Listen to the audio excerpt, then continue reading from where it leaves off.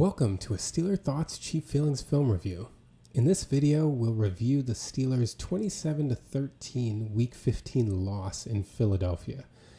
As always, this video is broken into chapters, so if there's a particular segment you want to look at, you can use the scroll bar at the bottom, or the description has links that you can use to go to the segment of this video that you want to watch. If you're interested in seeing the whole thing, just stick around right here.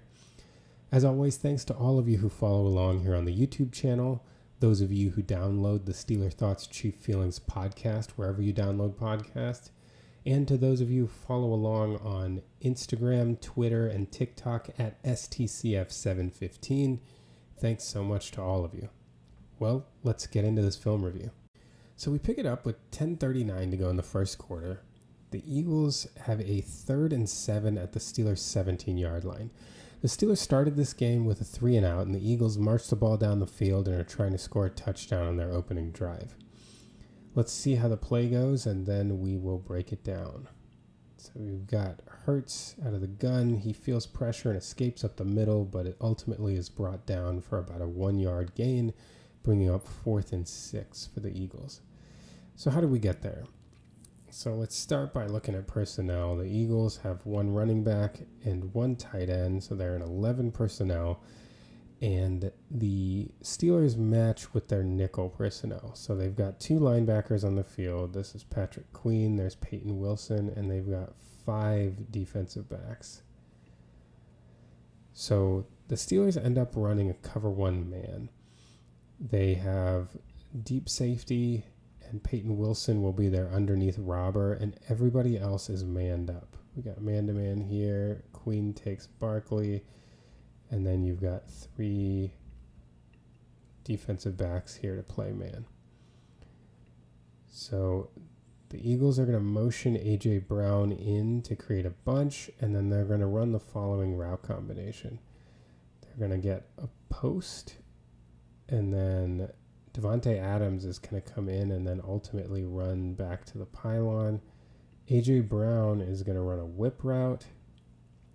Over here, you're going to have a dig, and then Barkley is going to clear. So looking at the coverage initially, the Steelers do a pretty good job of sifting through the bunch and everybody kind of sticking with their man. Joey Porter ends up following DeVonta Smith on his wheel. Dante Jackson is the one responsible for Ajay Brown on his whip route, but Peyton Wilson, the robber, ends up basically making this like a double team here. So they end up essentially doubling Ajay Brown as he runs his whip route, but you can see the Steelers have everything covered, right? Covered here with the safety in the middle of the field for the post. Covered here with another man over the top. So even if Brown makes this catch, they're trying to stop him short, although Brown is pretty good after the catch. Covered here, and we're covered here. Then to make matters worse for Hurts is he gets pretty quick pressure from J.J. Watt, who has a nice move to get around the corner on Lane Johnson for a quick win. So Hurts feels the pressure and has to step up. But the interior of the Steelers' defensive line does a good job maintaining a push up front, so Hurts doesn't have any room in the pocket to step up. And look at this complimentary pass rush here. The pocket's collapsing from all sides. Watt's winning around the edge, but Highsmith is getting a nice rush. Everybody's collapsing the pocket here, and Hurts feels the pressure. His eyes are down, looking at the pressure. And ultimately, Cam Hayward's able to come off and try to grab him. Jalen Hurts is pretty strong. Hayward tried to grab him. Highsmith gets him, and Watt helps out. And the two, Highsmith and Watt, end up finally getting him to the ground for a 1-yard gain. Now you can see it from Hurts' perspective. He drops back, and here's Watt with that quick win. I mean, Watt is very good around the edge, and watch how he basically makes it impossible for Johnson to get his hands on him. He swats his hands down right there, swats that left hand down, and that helps him corner. And then as Hurts wants to step up here, now you can see Hurts' eyes have come down. He's not looking at his receivers at all. as he wants to come down, he's got pressure right in his face, and Hayward does a good job of peeling off, seeing the direction that Hurts is going. And then the same for Highsmith, backtracking back, and Watt comes all the way around the pocket, and ultimately Highsmith and Watt are able to bring him down, but Hurts didn't go down without a fight. It's a big play for the Steelers defense early in this game. They end up forcing a field goal. Those 4-point swing plays are very important. So instead of giving up 7 here, they give up 3 as they get a good third down stop in the red zone. So we jump ahead to 5:17 to go in the first quarter. The Eagles are still up 3-0, and they've got the ball on their own 43-yard line with a 3rd and 4. Let's check out the play, and then we'll come back and break it down. So the Eagles are in the gun.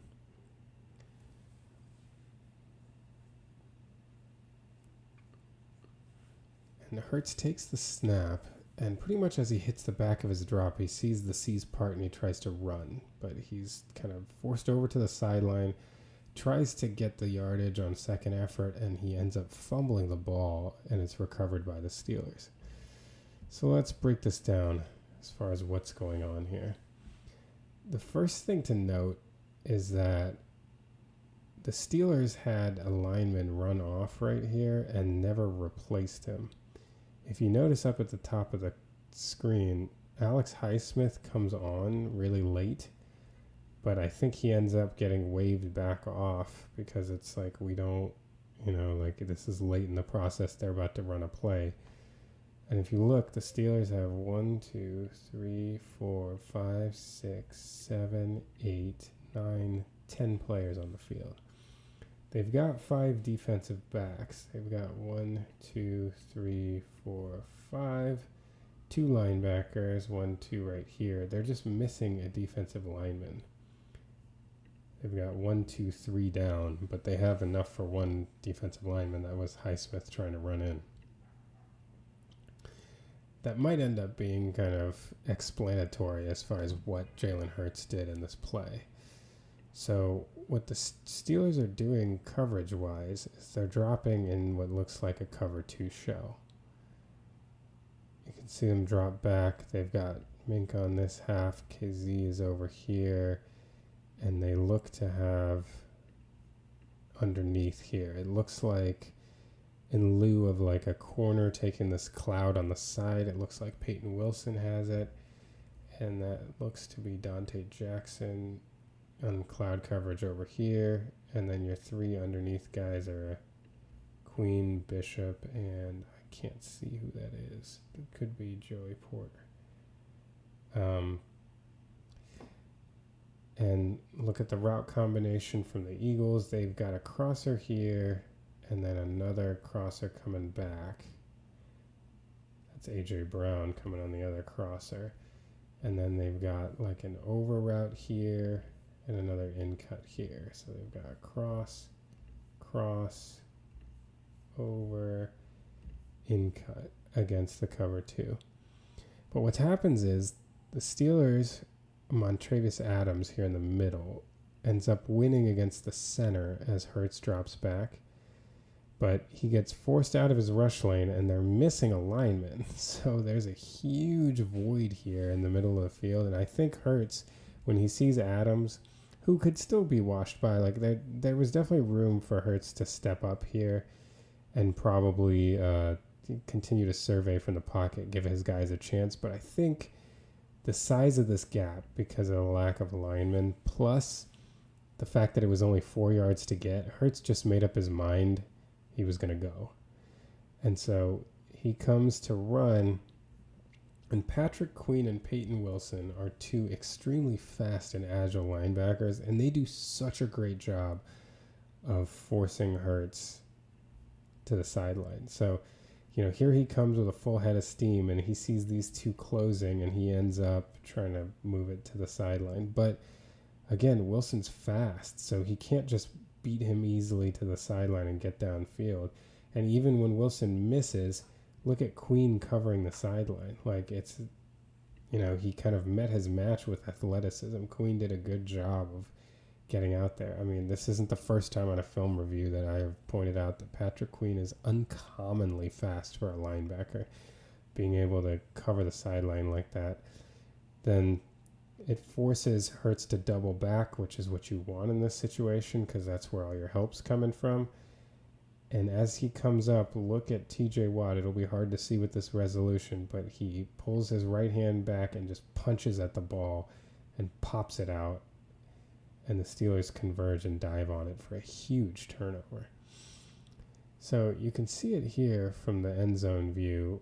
First of all, this is where, so we've got two edges over here and only one interior lineman. But as we pointed out, there are 5 defensive backs and 2 linebackers. So that gives you a total of 10 players. There should be another defensive lineman on the field here. And you can see the gap when Adams kind of pushes through. Hurts hits the back of his drop, and he's by no means in danger here, even though Adams does get through. He can step up, and Watt is kind of wheeling around, but he does have Dickerson in front of him. But Hurts just makes up his mind here that he's going to go. It's only 4 yards. He's going to go. And look at how Wilson comes, and just look at Queen. Like, the thing I love most about it is Queen kind of maintains his contain, right? He doesn't over pursue this. He is so fast, but at the same time is able to maintain the contain so that it's not like Hurts was able to like cut back and get behind him. I mean, he's just so effortlessly fast, Patrick Queen. And then Watt comes on his pursuit and he punches the ball out right there and forces a fumble. Really great play by the Steelers, great discipline by their defense, and they get a big turnover. Now jump ahead to 3:50 to go in the first quarter. It's still a 3-0 Eagles lead, and the Steelers have a 3rd and 18 at the Eagles' 19-yard line. Now, those of you that remember, the Steelers had recovered a fumble on a punt, and so they got the ball deep in Eagles territory, and then they got the ball down to the Eagles' 4-yard line, and then a kind of shoving match ensued after Darnell Washington blocked, one would say, past the whistle. You know, they say like play through the whistle. He probably played through the whistle and some a little bit, but at least he blocked someone well off of the field of play. But there was a shoving match that ensued, and definitely there was a lot of shoving from both sides, and the ultimate result was a penalty was only called on Pittsburgh, which, I don't know, people can go back to the tape and read things however they want to as far as blame, but I will say that almost universally, it's hard for me to think of any examples when there have been 2 teams shoving at each other and they haven't had offsetting penalties. I mean, that's just what happens every time. If both sides do something, the penalties usually offset and they replay the down. I will say I was shocked to see that there were only penalties called on Pittsburgh, and so was Mike Tomlin. If you saw his reaction, we tweeted out a short. He had some choice words to say to the referee that was trying to explain to him why that happened. Anyway, that gets us to this situation where the Steelers have a 3rd and 18, and basically they need to get to the 1-yard line to get a first down and are trying to convert here. Let's take a look at the play that they run, and then we'll break it down in a little more detail. So Russell Wilson takes a snap from the shotgun, and he throws to Freiermuth, and it sails over his head into the end zone. Incomplete, and the Steelers end up having to kick a field goal. So if you ask me why did I pick this play, one, it's a pretty high leverage situation here that had the Steelers been able to connect here, this would have been a chance for them to take the lead. They've forced 2 turnovers at this point, and ultimately with that field goal got a total of 3 points off of them, which is something that I think would really come back to bite them later in this game. But the other thing is this play reminds me a lot of the touchdown that Pat Freiermuth scored against the Browns last week, so I wanted to compare those 2 plays as well. First, let's kind of get into what the Steelers are doing here. They're an 11 personnel with one running back and one tight end, Freiermuth, and their three wide receivers here are Van Jefferson, Mike Williams, and Calvin Austin. So what they end up doing here is they run Jefferson on an out route. This Williams-Austin bit looks a bit off. They end up running very close to each other, too close to each other for me to believe that this was the actual play design. And then on this side, Freiermuth comes down the field and he runs an in-cut. And so the Eagles are playing quarters coverage. So each of these guys is responsible for a deep quarter of the field. And this is typically a coverage where you're trying to prevent a deep play. Here, they need to not give up 18 yards. And so they go into quarters with just defenders sitting underneath. They've basically got 4 deep and then 3 shallow underneath. They've got 2 of them shifted over toward the bunch and then 1 kind of shallow guy in the middle of the field. Wilson is looking down the field here, trying to get this safety to move over here. And what it looks like is he comes down the field and then comes back and throws it to Freiermuth. And that ends up being an incomplete pass. Freiermuth clearly expecting a pass coming inside. Wilson expecting Freiermuth to go up the seam. And just for some context, before we break down what each of them was thinking, let's go back to the Steelers-Browns game and let's kind of take a look at what happened on the touchdown to Freiermuth so we can compare. All right, so just to jog your memories, here is the touchdown from Wilson to Freiermuth. Freiermuth starts right here. So if you want to watch the route that he runs, he goes right up the seam. Wilson fires it in there for a touchdown. And I think what's really telling to how this play worked is by watching Wilson from the end zone view here. So he takes the snap and he initially looks over to his left and he's trying to move this middle of the field safety. So he keeps his eyes to the left and then you can see the safety's reaction in a couple beats here. Look at the safety moving over, taking a couple steps to the left because Wilson had been staring there. But Wilson comes back very quickly, and he's made that little opening with the safety moving over like that and fires it in there and for the touchdown. And for those of you that are like, we broke this play down on the Steelers-Browns film review last week, my apologies. But I just wanted to put this in there really quickly for those people that didn't watch that film review. So he looks off the safety to the left, gets the safety to move, comes back to the right, hits Freiermuth up the seam for the touchdown. So that's the context from last week. All right, so now that we've seen what Wilson did last week, let's look into what he was doing this week. So Wilson, again, if you look, is looking more down the middle of the field or toward the left. And look at this quarter safety. So remember now we've got 4 deep here.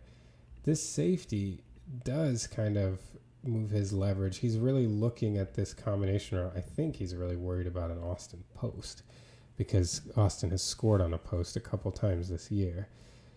And so Wilson's eyes, he does actually create room up the seam, and it looks like he's trying to throw that same ball he did against the Browns. And we can see it from the end zone view. Unfortunately, we don't have that reverse view that we had in the Browns game. We have from straight ahead. But look at Wilson's eyes. He's looking this way. He's trying to move that safety, and he's trying to do exactly what he did last week. And look, he snaps back and throws. It's a trust throw. He, just like against the Browns, he just comes back and throws it. He's expecting Freiermuth to go up the seam.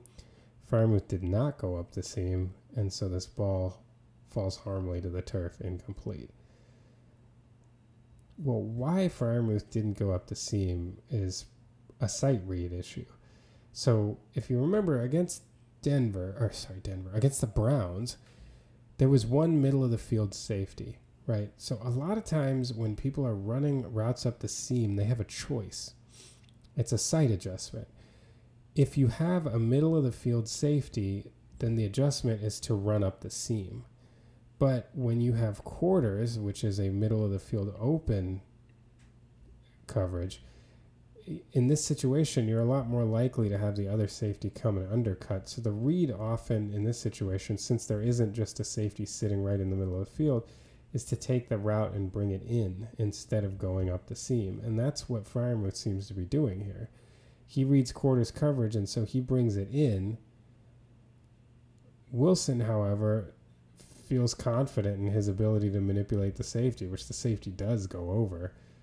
And so he wants the seam. So it's just a miscommunication here. I think Freiermuth is anticipating that, okay, since they're playing quarters, I'm going to come in. But Wilson is basically like, I don't care that it's quarters. I think I can get a window to throw the seam, and I can help make that with my eyes and with the formation. We can have a window. Not sure why they read it differently like that. I think like the way that you read it on like a page of a playbook is when it's like cover 3 or cover 1, you go up the seam. When it's cover 2 or cover 4, you come in. But clearly Wilson wasn't thinking that way, and I mean, by my eye, the seam was open, and this would have been a touchdown if they had carried it through. But Freiermuth read it differently. He thought that the read would be the in cut. Wilson thought the seam. He was trying to recreate what they did last week, and unfortunately they weren't on the same page, and this pass fell incomplete. What could have been a 7-3 lead became a 3-3 tie instead. Just one last look at Wilson looking over to his left and then snapping right back, expecting the seam but not getting it, and the Steelers are forced to kick a field goal. So we moved to 1:18 to go in the first quarter. It's still a 3-3 ball game, and the Eagles have second and goal at the Steelers' 5-yard line. Let's run the play, and then we can talk about it. So Jalen Hurts is operating out of the gun. He fakes a handoff to Saquon and throws it to the middle of the end zone for a touchdown to Ajay Brown. So let's take a look at this play. And this is a play, a pass that Tom Brady on the broadcast said was termed a pop pass. I'm not familiar with that terminology, but I believe Tom Brady. So the Eagles come out here in 12 personnel. They've got one running back and 2 tight ends. Their wide receivers are DeVonta Smith and Ajay Brown. And this play is really just a one-man route. So what they do is they fake the handoff to Saquon Barkley, and they keep everybody in, making it look like a run.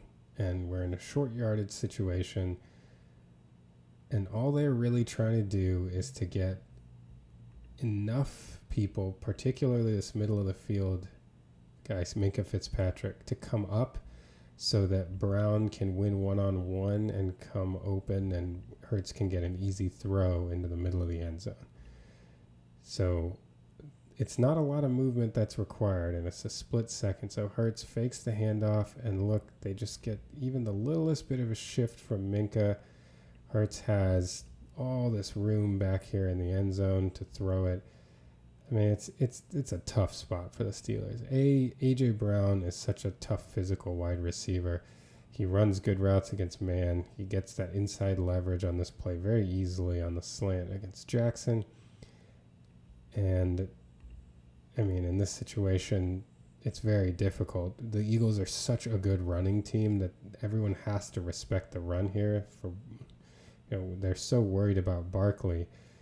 Everybody comes in, but even Minkah, he didn't move much, but it's enough to create a window. There's just nobody else back there to help Jackson out, and there's nothing that can be done. I mean, this is a real tough spot for a defense, for Jackson guarding Ajay Brown one-on-one in the red zone.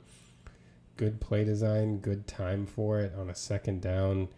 They're not, it's not a clear situation where you're like obviously run versus pass, but they definitely have to respect the run from this situation. Oftentimes, if you see a similar kind of thing with like an under center handoff from teams where they'll just send one guy in a route to the back of the end zone in a similar situation. Sometimes in that situation, it's a tight end that just pops out and is uncovered entirely. But in this case, they got the one-on-one and just too easy. There's not much that could be done there. And you see it again from the end zone view. Watch the fake handoff here and look at all the movement from the Steelers. Honestly, I feel like Minka did a good job of keeping his ground, but the problem is that even that little shift he made with Barkley kind of moving in this direction, he took 1 or 2 steps. I mean, the throw is going to come significantly behind him. The fact that he's got eyes in the backfield is enough. In these short yardage situations, just that little misstep is enough. Not getting enough depth, not being able to help someone like Brown. And look at that separation. Like, Dante Jackson has no chance. And it's such a wide radius for Hurts to be able to throw this ball because he's so strong at the catch point. Touchdown Eagles. That was a tough one for the Steelers defense. We now move ahead to 9:11 to go in the second quarter. The Eagles are up 10-3, and they have a 3rd and goal at the Steelers' 2-yard line. So let's check out the play here and see what happens. Hurts starts in the gun. Smith motions out wide, and Hurts throws a slant to DeVonta Smith for the touchdown. The Eagles go up 17-3 nearing the midway point of the second quarter. So let's see what happens here. The Eagles here are an 11 personnel. They've got 1 running back, that's Gainwell, and then a tight end. Their 3 wide receivers are set up in a bunch here. The Steelers are playing man over that.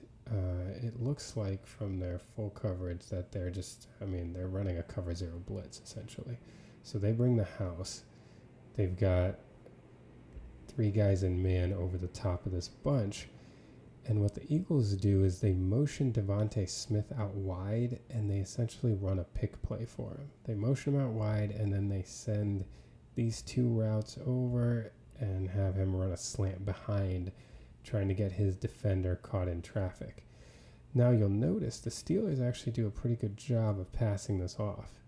So as Smith comes, Pierre drops off and switches this route. So watch it. There's Pierre dropping off. But even that switch allowed Smith, if you look, he's got the inside leverage even after the switch. So the Steelers played this well, but not quite well enough to stop Smith from getting that inside leverage. And so there's a nice window for a throw.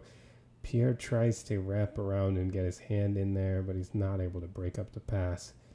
Smith makes a strong catch for a touchdown. So you can see the throw a little better from this view. Hurts throws it in there, and Pierre not quite able to get over to the ball as he reaches around. But really, the pick play in this case worked to perfection, even though the Steelers passed it off, just because they weren't able to get quite there in between to disrupt that leverage. Once Smith gets inside of the defender, it's over on the slant. Nice play, and Pierre isn't able to recover. At this point, the Steelers go down 17-3. We now go to 2:34 to go in the second quarter. Steelers are still down 17-3, and they have a 3rd and 9, or really it's 3rd and goal at the 9-yard line. So let's see what the Steelers end up doing here. They run Calvin Austin in motion. Russell Wilson takes the snap, and he throws a corner pattern to Freiermuth for a touchdown. Big play for the Steelers. They end up cutting the lead to 17-10, but let's see how it happened. So the Steelers come out in 11 personnel. They've got Jalen Warren as their running back, Pat Freiermuth as the tight end. Their 3 wide receivers are Mike Williams, Calvin Austin, and Van Jefferson. So they get lined up here, and what the Steelers are going to do, the main pass concept is over here on the right. They're going to run curls with Jefferson and Austin and run the corner pattern behind it.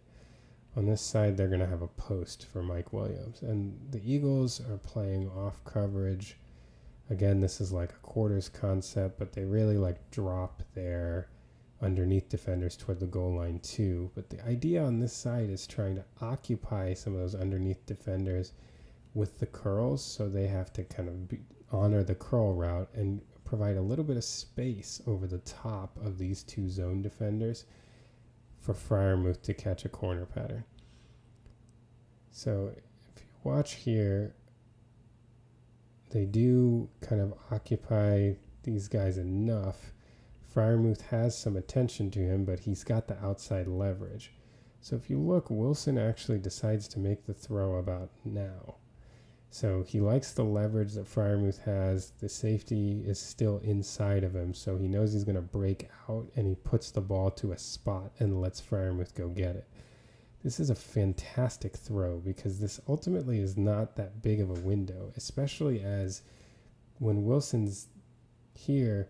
I mean, fortunately, this curl by Jefferson being as wide as it was, if you notice, Jefferson curled to the outside. That's important because it keeps the defender over here a little bit wider. If the defender had been a little bit in, it's possible he could have, I mean, this window would have been smaller, right, by definition. And his ability to come close this window would be even greater. And I think one of the reasons why Wilson puts this throw, he is not leading Freiermuth to the corner, right?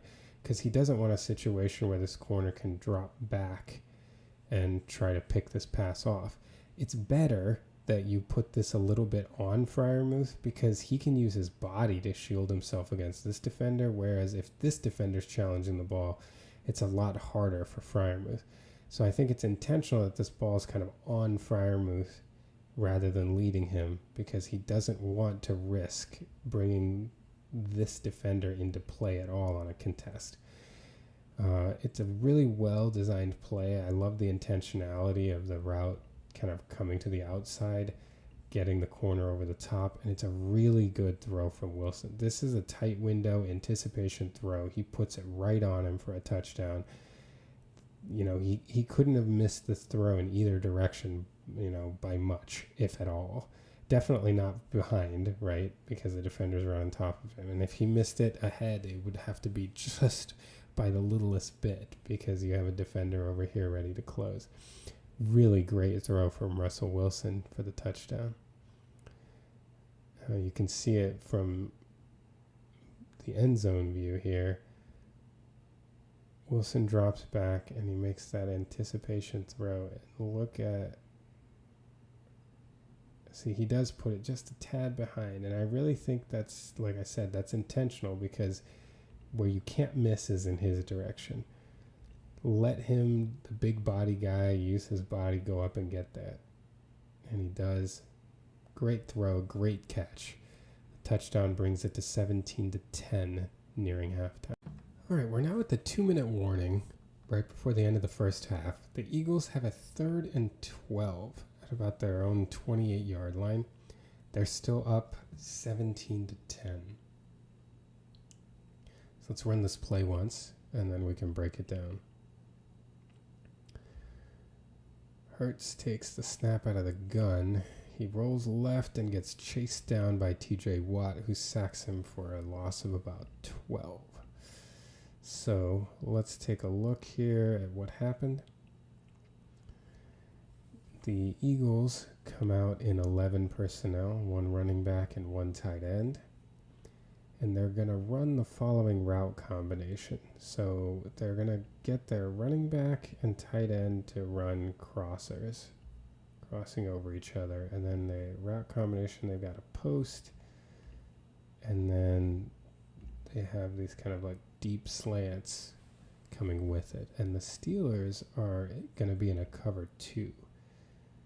So at the snap, when they get motion, they have a drop.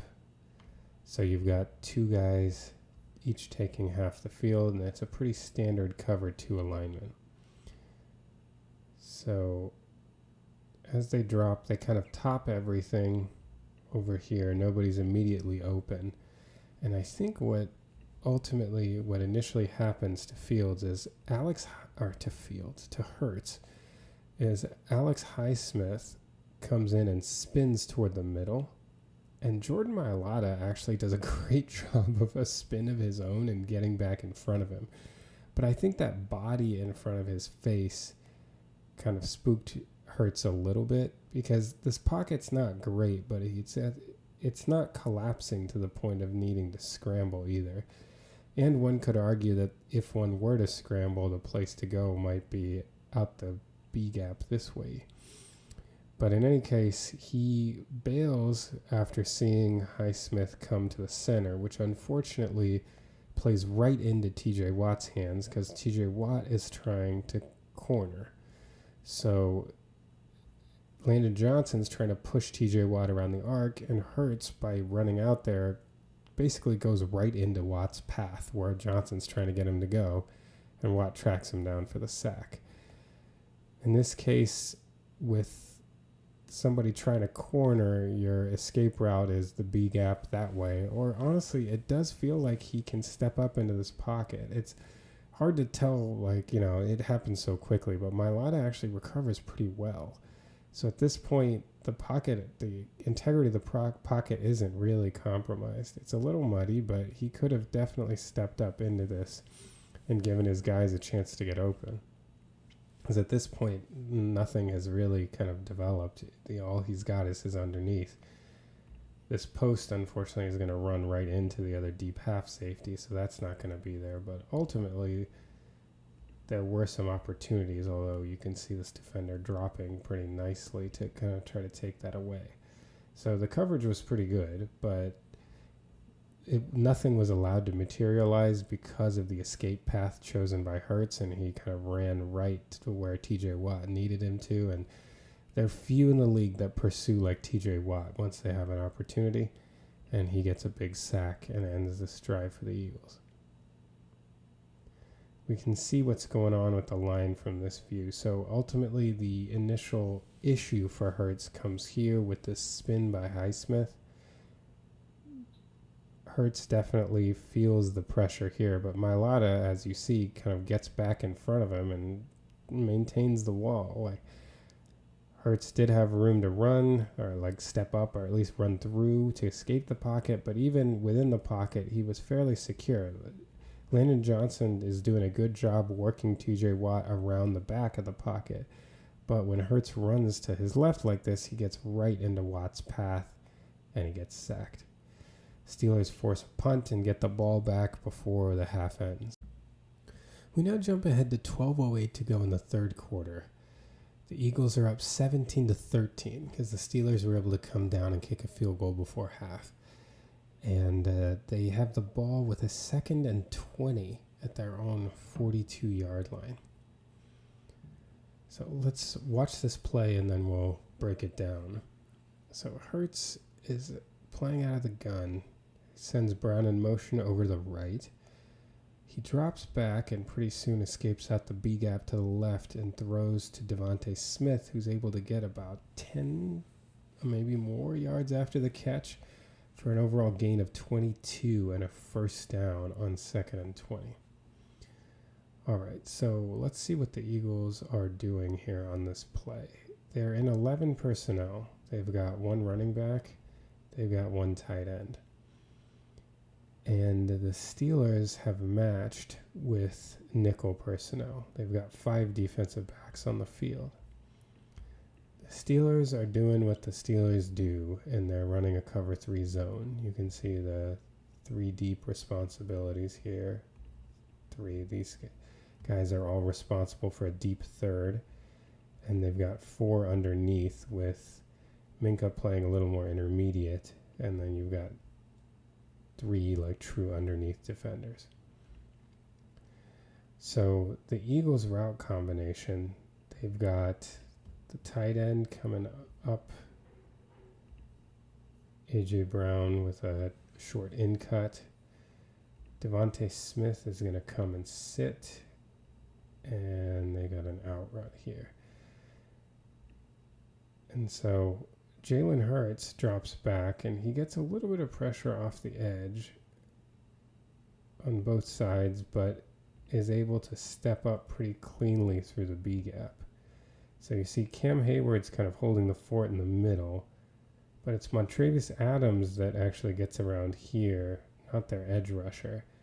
And so your two interior guys are stuck over here. It leaves a wide gap here in the B gap, and he's able to step through pretty cleanly, get out of the way of any pressure. And the edge on this side, though he's able to start backtracking, isn't quick enough to get to Hurts. And in the meantime, on this side, DeVonta Smith does a great job just sitting in a gap in the zone. So this does appear like this is an overly cluttered zone. The spacing seems to be off from Pittsburgh. If you see here, we've got this is Dante Jackson, who's got the over-the-top responsibilities over the top of this route. This is a lot of width to get over here without like a shallow route. Like, in order to bracket this route, that's a lot of width to give up. Though he might be not expecting both Minkah and Patrick Queen to be here. Patrick Queen, responding to the running back coming out, has come in. Minkah sitting in the middle of the field, and this is just too much space for DeVonta Smith to sit in. That's too much room. So either they're anticipating that since there isn't like a flat route that is shallow, they're expecting him to stick with DeVonta Smith in this area, or Patrick Queen is supposed to not get carried by the running back and maintain some width here. But this is too much room for somebody this fast. Not that they completed the pass, but that then there's so much room to run after the catch. Something is wrong here in the zone setup here, and it's probably a combination of too much width over here and not enough width over here that led to this gaping hole for Smith and then his ability to run for a first down. From here you can see the response to the pass rush. So here you can see Queen starting to get in his drop, and then he starts paying attention to the running back. But the running back is coming over the middle of the field, causing Queen to really come way too... I mean, you can look, he's right in the middle of the field. There's only one defender that's to his right that's supposed to be responsible for the underneath for half of the field, because Queen's all the way over here. That's too far over. And again, I'm not sure he needs to have this level of width. He's got somebody over the top of that sideline route. I don't know that he needs to be bracketing it when you have DeVonta Smith wide open here. The combination allows for a first down. And this play, I think, is important in the narrative of the game, because this is what plagued the Steelers in the second half. If you can pinpoint one thing that was really a problem, it was this kind of play over and over again for two reasons. One, meaning situationally. You know, the Steelers got the Eagles into these second and longs. You know, when you have a team in 2nd and 20, you're really looking to make a push to get off the field. When you have the team, you know, they had them in 3rd and 6s, 3rd and 12s, and they were giving up conversions that led to these long, sustained drives in the second half that ate up a lot of the clock. Additionally, it was these kinds of ideas of underneath zones being open with room to run. The Eagles were able to find soft areas, make catches on these plays, and then it's one thing for DeVonta Smith to be able to make a catch here that, you know, we're looking at 5. This is about a 10-yard. He's 10 yards down the field. So he needs another 10 for the first down marker. He gets 12. So the fact that he's able to get 12 yards, and I know he's a fast guy, but 12 yards after the catch, this is the kind of thing that happened repeatedly in this game for the Steelers. A lot of times it was missed tackles, sometimes it was bad zone spacing, but this is why ultimately the Steelers were not able to get off the field consistently in the second half, and they weren't able to get the ball back to their offense enough. Their offense had 2 drives in this game in the second half. And then the defense did not do enough to get off the field, and it was due to plays like this one. So we now jump ahead to 5:56 to go in the third quarter. This is the play that I think most people think turned this game. At this point, the Eagles are up 20-13, and the Steelers have moved the ball down the field to the Eagles' 26-yard line and have a 1st and 10 with a chance to come down and tie the game. The Steelers' offense was kind of humming at this point. They had gotten 10 points on their last 2 drives and moved the ball pretty quickly down the field. In just 4 plays, they had gotten from in just 3 plays, they had gotten from their 30-yard line to the Eagles' 26, and helped by a 31-yard pass to Calvin Austin. And then the following play ensued. They had big personnel in the game, 13 personnel. Russell Wilson audibled at the line. Took the snap and pitched to Najee Harris, who fumbled the pitch, and it was recovered by the Eagles. Devastating turnover, completely unforced error by the Steelers. And the Eagles get the ball back, up 20-13, with under 6 minutes to go in the third quarter. So looking at what happened, I mean, unfortunately, there's not a ton to break down here. So we've got 3 tight ends, 1 running back. It's 13 personnel with 1 wide receiver. They're looking to pitch it to the right. I will say it's not clear that this play would have worked even if Harris didn't fumble it. A couple second level blocks didn't go very well for the Steelers, so McCormick missing this block here, and that looks like, is that Freiermuth missing that block there? So it's not clear that this would have been like an outstanding play for the Steelers by any stretch of the imagination, but it was also 1st down. Oh, that's not Freiermuth.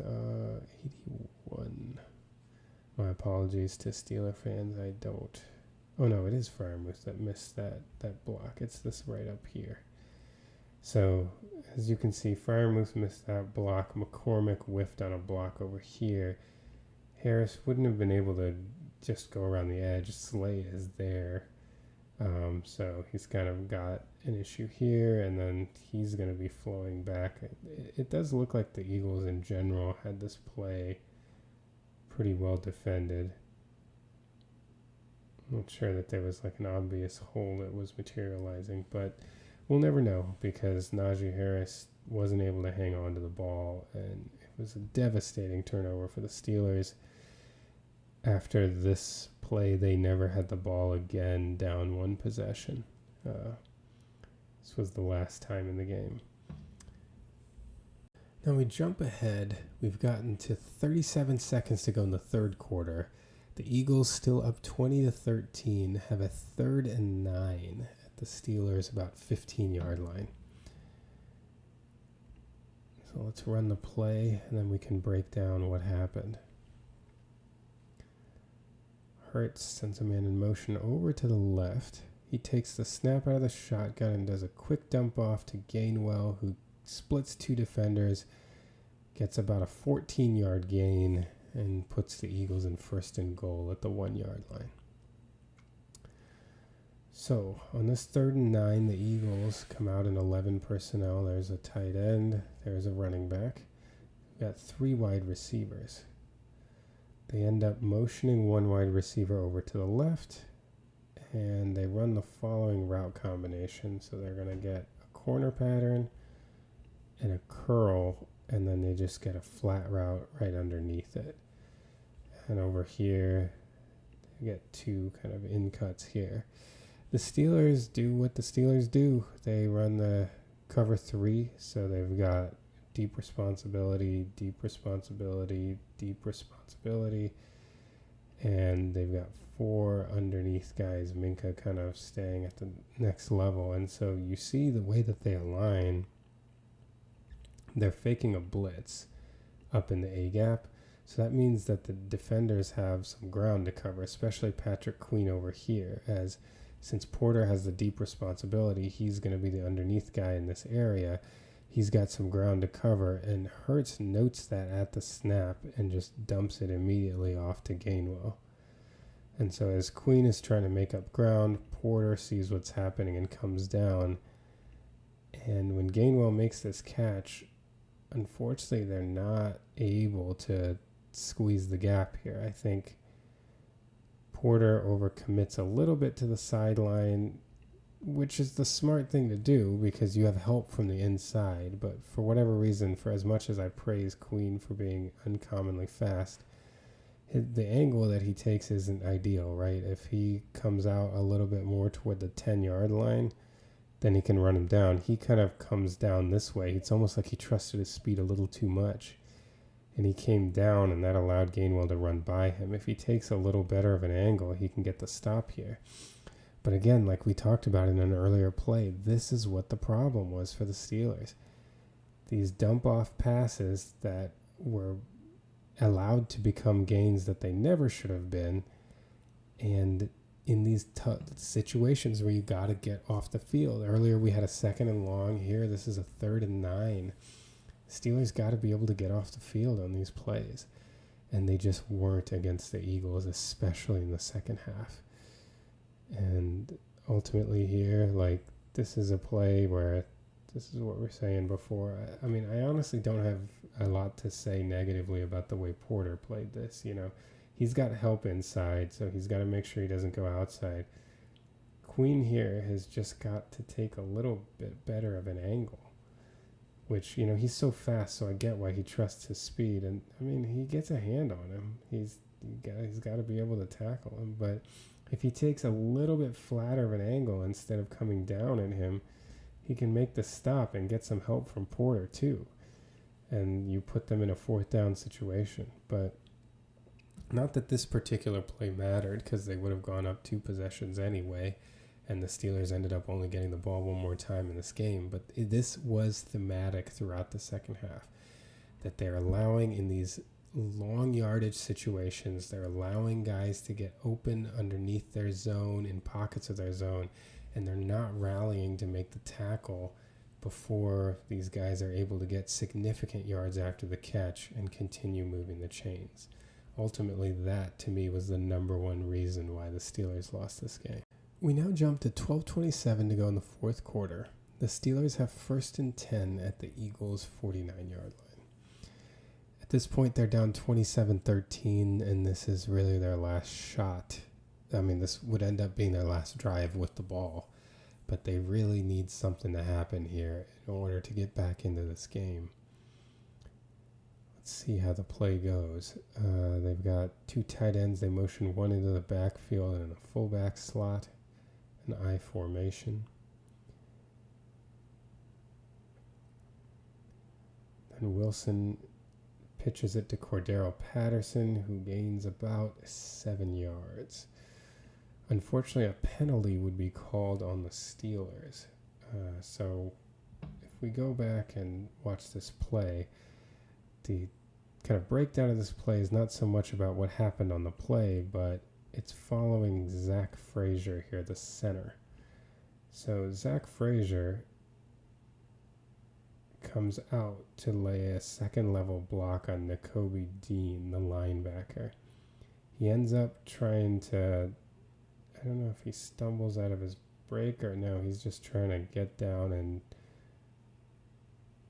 and Dean does a good job of kind of avoiding, taking the contact and avoiding the block, and as he goes around, look at Frazier's right leg right there, sweeping over into Dean, and Frazier gets called for tripping, which is a 15-yard penalty.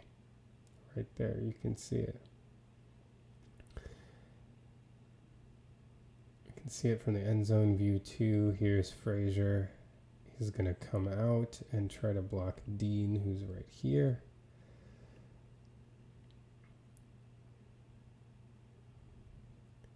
Here he comes trying to block Dean. Look at Dean doing a great job just shoving him off of him. That's one strong linebacker. And Frazier whips his leg around there and trips him. That's a 15-yard penalty, and so from the spot of the foul, it ended up moving the Steelers back from 1st and 10 to 1st and 21. And that was too much ground for them to make up. They ended up getting to 4th and 7, but that penalty really stalled this drive. And it's the 3rd time that the Steelers had a good drive that was upended The first one was early in this game, the kind of scrum that happened between the Steelers and Eagles. They would have had the ball at about the 4-yard line, I believe, with a 2nd and 3, and instead they got moved back and ended up having to kick a field goal. Then the Najee Harris fumble was a big setback on a drive that was really humming, and then this one, they just got you get those 15-yard penalties. 2 of those drives are ended by 15-yard penalties, and both times, well, this was a legitimate call. The first call, the unnecessary roughness, kind of hard to see how that wasn't offsetting penalties and how they just went against Pittsburgh. So those 15-yarders really set drives back, and that's what happened here. Steelers were not able to get a first down. They ended up in 4th and 7. One can debate whether they should have punted. I felt like in the moment that they shouldn't have punted because, they're down 2 possessions. We're getting deep into the 4th quarter, and they're having trouble stopping the Eagles. They did punt, and let's look at that punt. All right, so for the last play of this film review, we're going to look at the punt. So the Steelers are punting with 10:40 to go in the game, down 27-13, and this would be the last time they had the ball in the game. And the reason why this punt has garnered so much attention is you want to look at Jalen Carter right here. Jalen Carter, as he's rushing the punt, comes up and hits this Steelers lineman in the helmet right there, getting an unnecessary roughness penalty. This was initially called as a 15-yard penalty from the spot of the foul, and the Steelers got an automatic first down. Not from the spot of the foul, from the previous spot. However, during the commercial break, the refs had convened and decided that this foul happened after possession changed hands, so it actually would be enforced at the end of the punt, and the Eagles would maintain possession. So they actually just got a half the distance to the goal penalty from here. Now, I can't say that I've gotten a great explanation for when technically possession changes hands. The ball has clearly not yet been punted when this happens, but the ball has been dropped. And I will have to go and consult the rule book to see what the rules are in specific. But I will tell you that the idea of a post-scrimmage kick foul generally indicates, at least where I've seen it discussed, that the foul has to happen beyond the extended neutral zone for this to be considered a post-scrimmage kick foul, which didn't happen here. In general, what the rule of thumb they seem to say is that if a foul occurs during the rush, then that's not a post-scrimmage kick foul. For example, you think of roughing the punter, the team then gets to advance 15 yards, right? On roughing the kicker, even though the possession has already changed hands.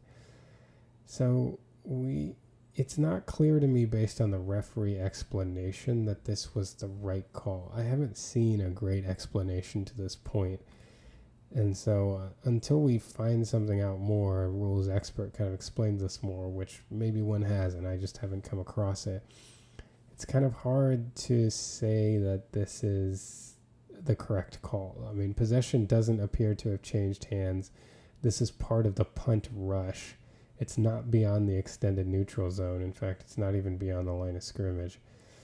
So based on my very rudimentary understanding of the rule, this seems like a situation where the Steelers should have kept the ball. But I'm sure we'll hear more officials' takes on these kinds of things in the next coming days, rules experts' takes, and see if maybe there's something I'm missing. But at this point, it's clear that the hit to the helmet happened before the ball was punted. I don't know if maybe there's some rule that dropping the ball onto your foot before it even contacts your foot constitutes the possession being changed. I don't know. But it's hard for me to understand how this was changed to be Eagles having possession of the ball. Ultimately, I don't know that it would have mattered. Like I said, I don't think that the Steelers should have punted in this situation with 10 minutes to go in this game, down 2 possessions, and they haven't been able to stop the Eagles all day except for a couple timely forced fumbles. I don't know that I would have punted. I don't know that that was a good decision in that situation. And also, even if the Steelers scored once, I mean, it was pretty clear based on how that next drive went. And we talked about it earlier in this film review. Like, the Steelers were really struggling on those money plays where they got the Eagles into longer situations, where they were playing zone coverage. They weren't rallying to the ball. They were giving up big chunks on underneath and intermediate throws in holes in the zone. It just seemed like the scheme, the plan for the Eagles was really working against the Steelers defense tonight. So I don't know what else, could have been done. But this does seem like it was a rough call, and the Steelers should have had the opportunity to keep the ball. At least that's what I think now until I get more information. In any case, it was a rough loss for the Steelers, but they still sit at 10-4 with a game coming on Saturday at Baltimore, which would clinch the division with a victory. Well, that's it for this week's film review. Thanks to all of you who follow us here on the YouTube channel, to those of you who download the Steeler Thoughts Chief Feelings podcast wherever you download podcasts, and to those of you who follow us on social media. We're at STCF715 on TikTok, Twitter, and Instagram. We're particularly active on Twitter during Chiefs and Steelers games and immediately after the games, kind of breaking down what happened. We will have a Steeler Thoughts Chief Feelings podcast later this week, available here on the channel and wherever you download podcasts. And then we're awaiting both the Chiefs and the Steelers playing this Saturday, December 21st.